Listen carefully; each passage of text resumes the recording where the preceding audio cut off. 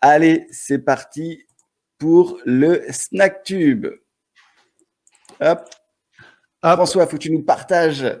Alors, je vais partager effectivement rapidement Sinon, tu peux parler en gros si tu veux. Alors, on va voir surtout en fait, donc effectivement, c'est le gros débat qualité vs quantité en fait par rapport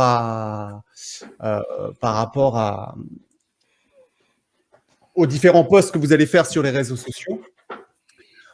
Et en fait, ce qui est super important à savoir, c'est qu'il y a différents points de vue. Donc, OK, effectivement, il faut faire de la quantité, mais aussi il faut faire de la qualité. On va primer la qualité, mais comme le disait tout à l'heure Dimitri, la qualité, ça reste subjectif. C'est-à-dire qu'il y a tout simplement à qui vous voulez parler. L'audience est vraiment primordiale. Et elle va l'être encore plus sur YouTube. Et j'aimerais ajouter une précision qui a vraiment une importance capitale, et surtout, c'est là où les gens en fait se perdent la plupart du temps, c'est qu'on est omnubilé par les algos en fait. Donc on va tout faire pour penser en disant il faut que ma vidéo elle aille bien à l'algo.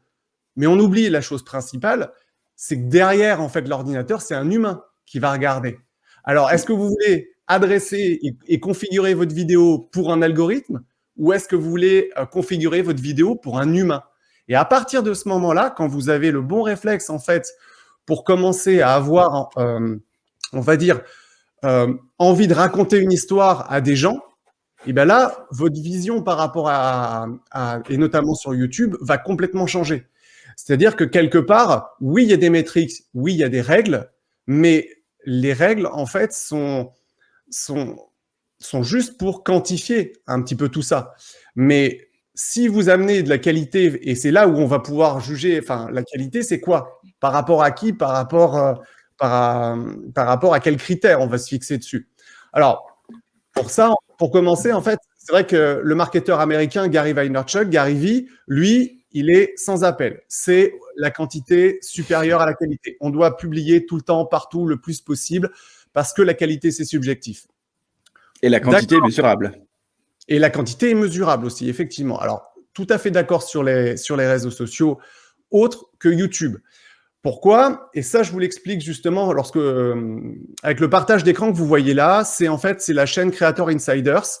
C'est la chaîne non officielle, comme je vous en avais parlé, des gens qui travaillent chez Google Analytics. Et c'est une vidéo qui est sortie en septembre 2020 et qui nous présentait en fait des nouvelles datas qu'on va avoir par rapport à comment ils vont catégoriser les viewers. Et ça, c'est extrêmement important parce qu'ils se sont rendus compte en fait que les gens avaient beaucoup d'abonnés, mais des fois, c'était plutôt des abonnés où on pouvait les truquer. On pouvait acheter des abonnés, on pouvait acheter des likes, on pouvait acheter des commentaires. Et ils se sont rendus compte en fait que c'était pas ça, ils pouvaient pas représenter les vidéos postées juste par ces métriques. Donc il y a deux métriques qui ressortent principalement, on en parlera plus tard, c'est le taux de clic sur vos vidéos et le fameux watch time. Combien de temps les gens vont rester effectivement sur votre vidéo. Tu regardes tout ça, Dimitri, toi? Ouais, tout à fait. Ouais, pour le coup, c'est vraiment un autre monde comparé à LinkedIn, et c'est ressources très chiches concrètement. Et ouais, c'est super intéressant, et on peut aller beaucoup plus loin que sur LinkedIn. Et donc, pour comprendre en fait un petit peu comment YouTube va calculer tout ça, c'est qu'aujourd'hui, ils vont mettre en place, ils l'ont déjà mis, ça peut nous donner une petite idée quelque part de l'algo, c'est que vous allez avoir 3 types en fait de viewers qui vont catégoriser. Donc, les nouveaux viewers, c'est les gens qui découvrent votre vidéo. Les casual viewers, c'est ceux qui vont revenir, mais qui vont consommer très peu de votre contenu. Et les return viewers, c'est les gens qui vont revenir régulièrement sur votre contenu pour le consommer. Et YouTube va vraiment privilégier les return viewers, tout simplement parce que ça veut dire que vous avez une audience qui fidélise, donc ça fait venir les gens plus régulièrement sur la plateforme YouTube. Et ce que veut YouTube, c'est que les gens restent le plus longtemps sur la plateforme. Donc à partir de là, lorsque vous avez une audience, une vraie audience qui se construit, pas des abonnés, pas des likes, pas des commentaires, ils vont pouvoir mesurer un petit peu tout ça. Si on avance un petit peu dans la vidéo, effectivement, on le voit ici. Et quelque chose d'extrêmement important, et c'est ça où YouTube peut frustrer énormément de gens, contrairement où on peut faire des tests sur LinkedIn très rapides, on a des réponses très rapides. Comme vous pouvez le voir, et ça c'est des petits détails vraiment techniques, c'est que ils vont analyser sur le mois passé. Donc, le temps d'analyse en fait de YouTube, quand ils vont analyser en fait des stats, c'est sur le mois précédent. Donc, on va appeler ça un mois glissant. C'est-à-dire que vous publiez une vidéo par jour comme un fou en fait sur YouTube et vous n'avez pas de vues. Vous ne comprenez pas pourquoi. Ben, tout simplement parce que il n'y a pas assez d'analyse. Il faut attendre, il faut voir si vous avez, si YouTube va privilégier, si vous avez vraiment des viewers en fait qui sont récurrents.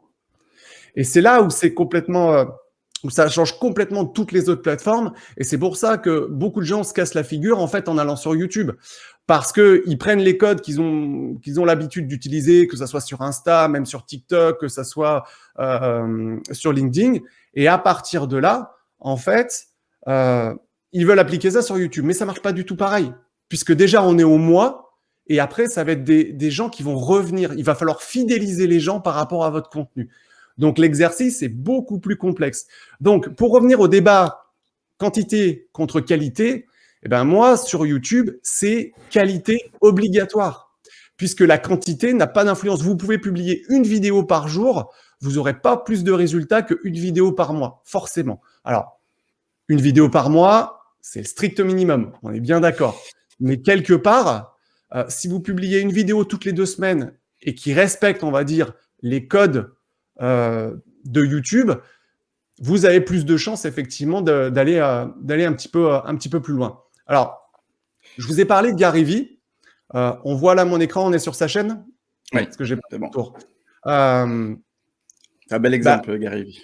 Exemple Gary Vee. Comme je vous l'expliquais, 3 millions d'abonnés. Super. Bon, vous connaissez tous le personnage, il publie, lui, c'est quasiment tous les jours, voire 2-3 fois par jour. Mais par contre, quand on fait une analyse rapide, en fait, de ces vidéos, bah, regardez, 13 000 vues, 15 000 vues. Allez, je vais descendre un petit peu plus bas. Alors, oui, il y a des vidéos qui vont cartonner, mais encore, vous allez me dire, 135 000 vues, 169 000 vues, quand on a 3 millions d'abonnés, ça reste quand même léger, quoi. Et on voit l'engagement qui est faible, quoi. Exactement. Alors, à quoi c'est dû, en fait?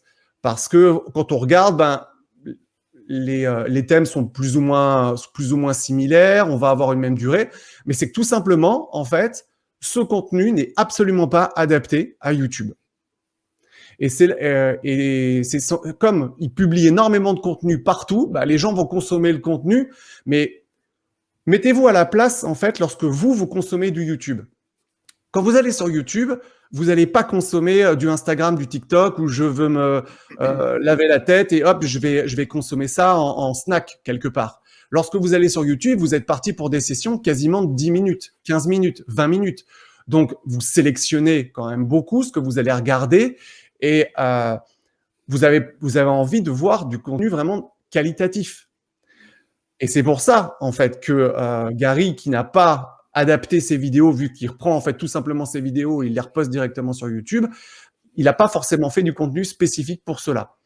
Et il y a un autre exemple. Il a pas une stratégie YouTube, Gary. Il a une stratégie multicanal qui est plus basée sur les réseaux sociaux, Instagram, hors Twitter, je suis pas, mais je crois qu'il est aussi sur Twitter, TikTok. Enfin, voilà.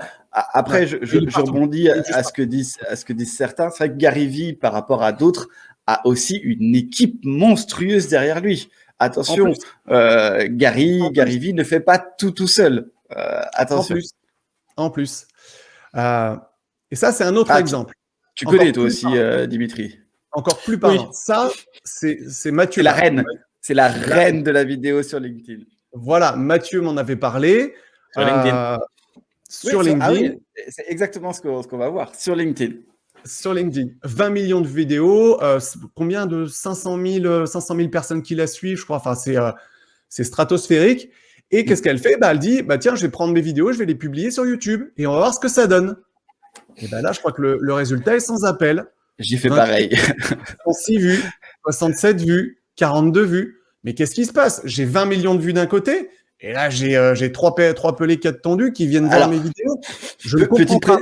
Petite précision pour ceux qui ne la connaissent pas, chez voilà, comme je dis, c'est la reine de la vidéo sur LinkedIn. Chaque vidéo fait 20 000 vues sur LinkedIn. On a des vidéos où on monte à 1000 likes et 600 commentaires. Pour vous donner un ordre d'idée de comment aller sur LinkedIn. Et effectivement, c'est la reine. Quand on regarde, ouais, non, mais c'est la reine. Hein, y a pas. Alors, c'est un personnage, hein, c'est quelqu'un qui a vraiment un style de vie, qui a voulu être chanteuse, qui s'est totalement plantée, qui avait une agence de vidéos sur Facebook, et donc elle a ramené ça sur LinkedIn, et aujourd'hui elle transforme des chefs d'entreprise en vidéastes. Mais effectivement, le rapport est juste hallucinant. Tapez son nom, allez voir ses vidéos sur LinkedIn. C'est des vidéos assez courtes. Je sais pas si tu as vu, elle a un nouveau assistant qui performe aussi bien qu'elle, Jonathan Palmer, le gars avec les cheveux longs. Baraqué. Ah ouais, lunettes. C'est ça. Et alors, ils ont du storytelling tous les deux. Hein. Elle était chanteuse loupée. Lui, il était presque SDF. Il s'était fait jeter de chez lui. Mais bon, voilà. C'est vraiment la différence est juste énorme. Et moi, je le vois hein, quand j'ai mis mes vidéos que j'avais faites sur LinkedIn, sur YouTube. Ça n'a pas marché du tout. C'est vraiment. Ouais, je sais, Dimitri, on a déjà parlé. C'est vraiment deux stratégies totalement différentes. Si tu veux faire du YouTube, fais du YouTube, mais fais des vidéos YouTube. Et ça, François, il nous en parlera à d'autres jours. Et si tu veux faire de la vidéo LinkedIn, fais de la vidéo LinkedIn. Déjà, même en termes de temps, hein, c'est ce que tu disais aussi, François. C'est là. C'est pour rebondir sur ce que tu dis, Mathieu. Bah, si vous analysez ces vidéos, elles font pas plus d'1 minute 46. Sauf que, comme je vous l'ai dit précédemment, les métriques qui sont le watch time hyper important. Imaginez, ça veut dire que même si tout le monde regarde ces vidéos 1 minute 46, elle aura un watch time moyen de 1 minute 46. Vous arrivez, vous mettez une vidéo de 5 minutes et vous avez un watch time de 3 minutes, et ben vous avez un watch time 2 fois supérieur à elle. Donc, YouTube, et là c'est l'algo principalement, va considérer en fait que les gens restent 2 fois plus de temps sur vos vidéos, donc ils vont promouvoir vos vidéos plutôt que les siennes. Tout simplement. Donc, les vidéos courtes sur YouTube, à part, bon, ça c'est encore un autre débat, ils sont en train d'essayer de lancer quelque chose pour des vidéos très courtes à la TikTok. Oui, voilà, c'est pour concurrencer TikTok, tout le monde le fait. Dans le schéma YouTube de chaîne, le format court ne fonctionne pas. Le format court ne fonctionne pas. Il faut faire des vidéos quasiment supérieures à 10 minutes. Ça dépend des contextes. Il y a des contextes justement très entertainment, justement, où les petits skits de 2 minutes, 3 minutes fonctionnent très bien parce que justement, c'est des audiences énormes. Tout dépend de ta stratégie. Tu peux faire du 3 minutes. C'est là où je ne serais pas d'accord parce que, en fait, on va un petit peu plus loin, on en parlera, mais tout dépend de la stratégie que tu as. Soit tu veux faire une vidéo découverte pour amener des gens à voir tes vidéos, mais si tu fais que des vidéos découvertes et des vidéos buzz, les gens ne resteront pas. Pensez à les viewers récurrents. Attention, alimenter.